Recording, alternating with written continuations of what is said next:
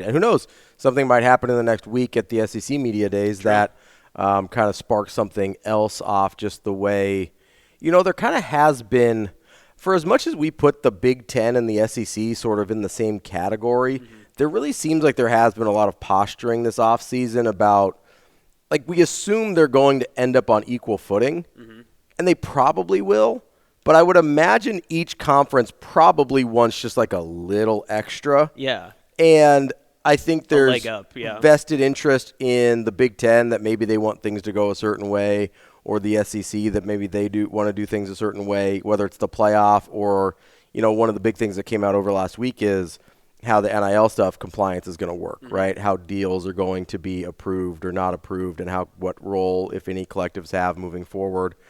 And so I do wonder if that relationship is a little more hostile, is probably too strong. I mean, confrontational, a little more confrontational than maybe we assume when we're talking about, well, it's the Big Ten and SEC and everybody else. It's like, it's the Big Ten and the SEC and then everybody else, not the Big Ten and SEC. You know what I mean? They're not. I think sometimes we think of them too much as one unit when we're talking about the whole of college football. That's a great thought. I've never even thought about that, but is it closer to them colluding together, or is it closer to a Cold War between the two conferences, right? Like, are they each trying to find a way to leg up the other one, and it just so happens that, like you said, they're posturing each other to see which one can benefit the most from the distinguished difference between the two of them? Or is it more that they are actually in cahoots with each other and trying to force both of their leagues up because they feel that, hey, college football is just going to be way better if the two of us are in, the same seat? Yeah, I do. I think that Cold War is probably a better – it might be not quite even be that hostile, but I think it's more Cold War than collaboration. Yeah. I really do think there's a legitimate, I don't know if dislike. I know amongst the fans there is. The fans and the schools, and I imagine that extends to a certain point to some of the upper levels of administration in both conferences. I think the people that are running these understand they need each other, but I think they want to need the other person on their own terms, right? Like, I don't know if you've ever seen some of your friends and relationships they're in and stuff. It's like everything happens on this person's terms, or everything happens on this other person's terms. It's not a lot of collaboration, and you're like, yeah, that's probably not going to work out long term, that's right? A good way to put it, yeah. But they are still able, at least for a while and maybe forever, to figure things out in a way that moves forward, but it doesn't feel real collaborative. Yeah. That's how I feel about each conference. Definitely wants to have the upper hand and thinks they deserve it. And they do take their shots at each other, too. Absolutely. I mean, earlier this summer, we saw the 9 and 8 game conference schedule. That was a huge conversation. That's a huge sticking point. And it was also brought up by the Big Ten coaches. It was unprovoked, almost certainly brought up by then. It wasn't necessarily provoked outright, but it was a lingering conversation about the last year college football playoff and then the expanded, nature and, Kalen DeBoer had to come out and say, well, we'll have to look at our scheduling because clearly doing a tough non-conference doesn't get you anything, all that stuff. There were these little comments here and there that each side wanted to take a jab at each one. It does, and maybe this is just because we are in the Big Ten sphere of it. It does feel like the Big Ten might provoke a little bit further, or feel like, I don't think it's a bad thing, though. I don't think that they're doing it to instigate issues by any means. It feels like they're actually just doing it so that way they're ahead of the conversation, that they can say, yeah, we've been telling you this for years. We've been saying that 9 conference games is the way to go. We don't want other conferences that demand these rights of the college football playoff and other circumstances. We don't want those conferences to have the same say that we do when we're actually doing all the right things that everyone agrees is kind of the basis of college football today. I think there's a sense amongst Big Ten members that, and definitely amongst fans, myself included, that the SEC sort of has been getting a free pass for years in a couple different senses. Number one, the 8-game schedule. That pisses everybody off, right? Every single team that is not in the SEC is mad about the fact that they're like, well, we're the SEC. We're so much better than you. We deserve to play one fewer conference games. That's nonsense, right? And I think everybody else hates them for it a little bit. The other thing is I really do think there's this sense of you were only better than us because you were willing to cheat more. Right, yeah. I think that's a real thing. Fair. No, that's fair. I think there's a sense that, especially in the Big Ten, where teams, I mean, obviously in the Big 12, you've got some of the former like Southwest Conference schools and stuff who were very comfortable cheating. They just weren't as good at it. But I do think there's a sense, especially amongst Big Ten schools, that's like, hey, we've done this the right way. I'm not saying this is even totally accurate because I'm sure Big Ten schools were handing out bags under the table as well. But I think there's this sense that, hey, we did things the right way, or at least more the right way than the SEC did. And now that things are a reasonably level playing field with NIL, and now we're going to have revenue sharing and all that, I think people are going to go like, okay, well, we are 2-0 in national championships in the NIL era. So the only reason you went on that run is because you were more comfortable cheating than we were. Yep, right. And the SEC has always been by any means necessary. And they were caught that way and treated appropriately because of it as well. Yeah, but for the most part, they got away with it. Yes. Like, for the most part, it was just, the SEC, that's what they do. Like, don't forget your McDonald's bag full of cash. Like, that's what the SEC was, and everybody kind of just was like, oh, what are you going to do? Bama gonna Bama. Yep. And you sit here and you go, okay, now that things are all above the table, the only thing you have left is to not play an extra conference game. Yep. Right? Because we sit here, we can pay guys now, and now we're beating you. Right? We sit here, everything else is pretty much even, and now we're beating you. So why don't you bring it up even on your side? And so I do think there's always a little bit of animosity towards the SEC for that. Also, let's be honest, they're kind of D-bags. They are, a little bit. Like, and it's just the nature. And we talked about it before with like the toughest places to play and all that other stuff that was going on as well. When everything is just better in the SEC just because it is. Like, they don't have an explanation for it. It's just like, well, the South has the best football recruits in the country, so that's why we can get the best football players because they live in our backyard. So they don't want to go anywhere else. They want to play SEC football. And we still hear those type of conversations. That was a big one even a decade ago, that people and recruits are saying, well, I wanted to play with the best, so I'm playing in the SEC. That was always a conversation. Where now, I would actually be comfortable, and I want to look into the numbers to see where the Big Ten and SEC rank among the NFL draft and how many kids are being drafted from the conferences on each side. Because are you still playing the best in the SEC? There was that number because Alabama was pumping out 13 first-round picks every other year. But now, I don't know. I think that conversation's gotten very close now. It feels like we have seen that dynamic not necessarily completely change the other side, but it has definitely evened out, if nothing else. Yeah, I do think there is and I'm trying to look up here how many Big Ten versus SEC players were drafted this year. It looks like 42 from the Big Ten and 59 from the SEC. So it's the 18th consecutive year that the SEC has led all conferences in selections. Pac-12, this was actually from 2024, so not 2025.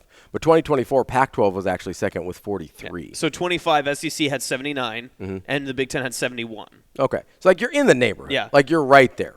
And, of course, so here's the other part. The SEC is going to be like, well, they have 2 more schools than us, all that other stuff. Oregon did bring in 10 of those draft picks. USC had 3, UCLA had 5. Yeah. So here's the other thing also is, again, when you've got an 18-year run, all but 2 of those draft classes, only 2 of those draft classes were in a post-NIL era. Right. So it's like the best players, just like in any other profession, because that's what it is, right? Just like in any other profession, the best people in that profession are going to largely go where the best payday is. Yep. And so if you're in the SEC and you're the only ones paying people super aggressivly under the table, not saying they're the only ones doing it at all, but they were the most aggressive about it, then, you're going to get more draft picks and things like that. I will say, I do think, as we saw with the gap closing on that this past year, that I think is going to be a lot closer. I do think we're going to see some really interesting things. And Dion brought this up during Big 12 Media Days with the salary cap. He goes, hey, I think they need a salary cap like the NFL. And here's sort of, this isn't even like a me hating on Dion thing, because I don't really think he said anything wrong there.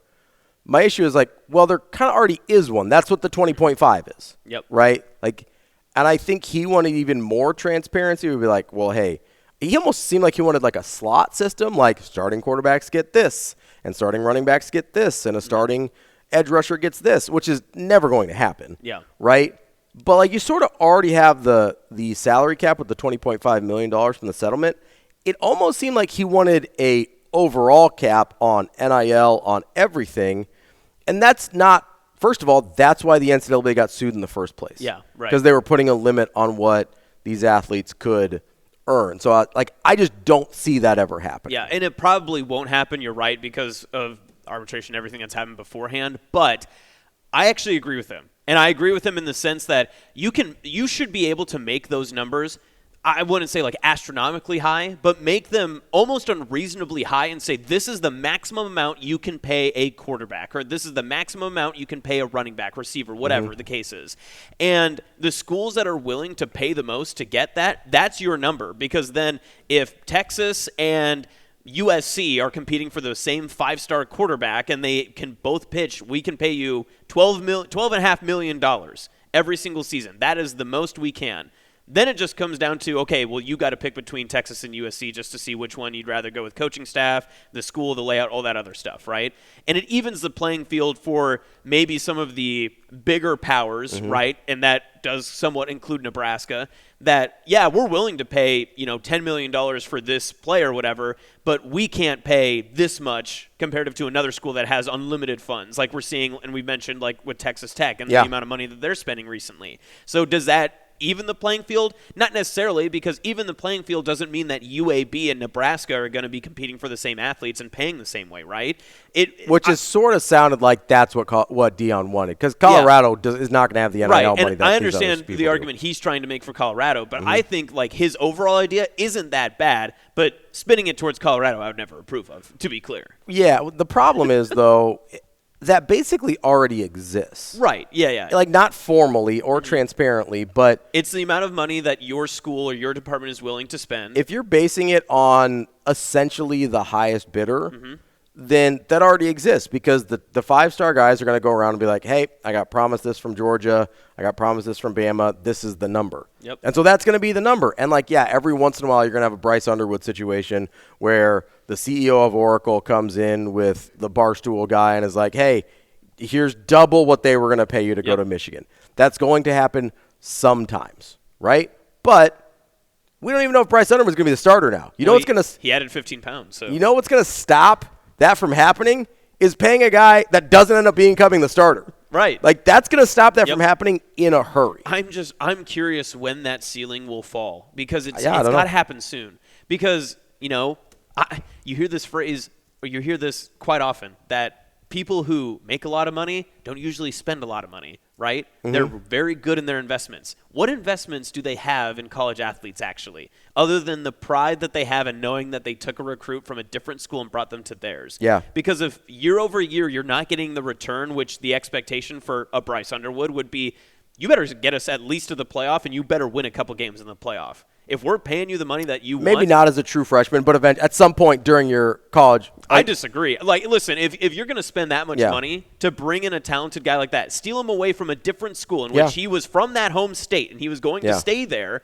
and you brought him to Michigan and he goes 7-5, they're not going to be happy with that investment. No, not 7-5. If they made I think the expectation this year is probably to make the playoff. Yeah. I think he needs to win playoff games at some point in his college career. I don't know if he has to win playoff games this year as a true freshman. Yeah. But I understand your point. Here's the thing where I think maybe we're mislabeling how the boosters and the people that are funding these things look at it. Because I don't think they look at it as an investment. I think they look at it as entertainment. And we know those people will spend a lot of money on entertainment. I don't know if you've heard of the term super yacht, but more expensive than a college football player. I've never seen those with Lake McConaughey. I've never seen a super yacht out there. So that's too much wake. Yeah, no wake zones. No wake zones. It's a no wake zone. So that's, I think, the difference, right? Because you're right. College football players are a bad investment. Yeah. But always, like, there's yes, they always have been. Yeah. But this has been going on for literally at least half a century, if you want to go back to the SMU Southwest Conference days. So it's been going on this whole time. obviously the rich people have not stopped paying college athletes. That is true. Whether legally, illegally, or what. Yeah. So it has to be something else. And I don't think they view it as, this is a good investment, I'm going to get a good return on my investment. I think they view it as, this is an okay way for me to spend money on entertainment, right? That is fair. Yep. It's sort of how I view sports gambling, right? Mm-hmm. I don't gamble on sports as a way to invest. I don't think that's a good idea. Hot take, right? I view sports gambling as entertainment. I view this as this is an amount of money I'm willing to spend to be entertained. That, I think, is the difference with the boosters. And that's why I don't think the money's going to turn off. Yeah. Because, as you know, as everyone does, people like to be entertained. Our tax bracket determines how much we're willing to spend or can spend on that entertainment. As long as they're still in whatever zone that is, and listen, I know not all these people have none of these people have Bezos money, but that dude private jetted 400 people to Italy for his wedding. Obviously their budget for entertainment is ungodly. Yeah. Right? So I do think there's a different lens we need to look at this through when we look at this, because I don't think they view it as investment. I think they view it as going to the movies, honestly. And again, there's also a difference in that sense too, when every single person from this state points and just goes, "Oh, Warren Buffett, why don't you just drop the big NIL check too?" Because I think someone that man doesn't spend money on entertainment. Exactly, he sees it as investment, right? He's not going to put the money into that because he's not going to see it the same way that frankly, an SEC booster. And this whole conversation, you know what keeps running through my head? Just scenes from the Pony Excess 30 for 30. I know. Constantly. Yeah. Because that entire 30 for 30, all they do is they talk about how the boosters of SMU in the 80s were just running around with bags and duffel bags of cash and throwing them at players that the coaching staff said, go get that guy. Tell us, that guy needs to be a Mustang. But here's the problem, right? Is you remember when it got off the rails? Is when the boosters went rogue. And when the boosters started paying guys the coaching staff didn't want. Exactly. So that's going to be the self-checking system. And honestly, that's why it's good to have a guy like Matt Rhule in charge.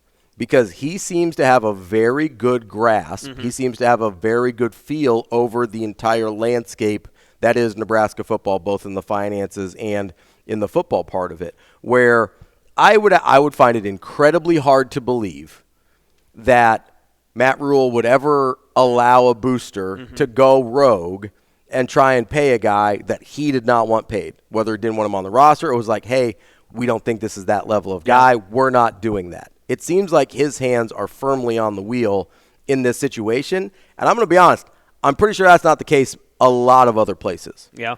So I agree with you. I mean, with the ability today, we were talking about Pony Excess when it's the 80s and people could just fly out to Pennsylvania and they're like, I heard this linebacker's really good, right? But now with every single recruiting site, everywhere you could point to, Twitter highlights, kids tweeting at it.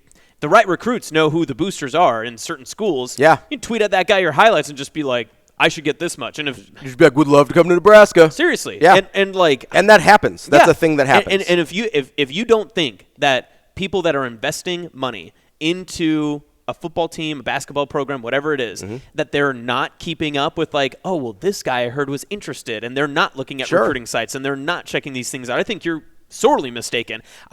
Sometimes I think we get the false illusion that boosters sometimes just wait for, the Batmobile sign to go up or the bat signal. Yeah. Or they're waiting for the phone to ring and just be like, oh, hello, coach. Yes. No, I will give you $100,000 for X player. Check is in the mail. I don't think it works that way. Let me Venmo you real quick. And your point just about Matt Rhule, he's probably had to corral all of these different high ego people to come in and be like, no, listen, we got to do it our way. There's a way to funnel it. There's a way to tunnel this system so that way it's strategic. Yeah. And that way we're all rowing the same way. Because as long as we're going one direction. Easy, PJ Fleck, all right? Let's chill there. I'm sorry. I didn't mean to do that. That was unintentional. I will say, and before we get to Bob Nightingale here and talk a little Major League Baseball, I will say, if there is a view of this that the rich people, it's not purely entertainment, the other way that rich people like to get return on their investments isn't always money, it's influence. If they feel like they can buy influence, that's worth it to them. Or legacy. True, right? And so if you're looking at this, you go, okay, if I give X amount of dollars for this player, I've got influence over the head football coach. That's worth it to some people. But you know who's not going to let that happen? Matt Rhule. Yep. You know who is going to let that happen? A lot of other football coaches that need that money.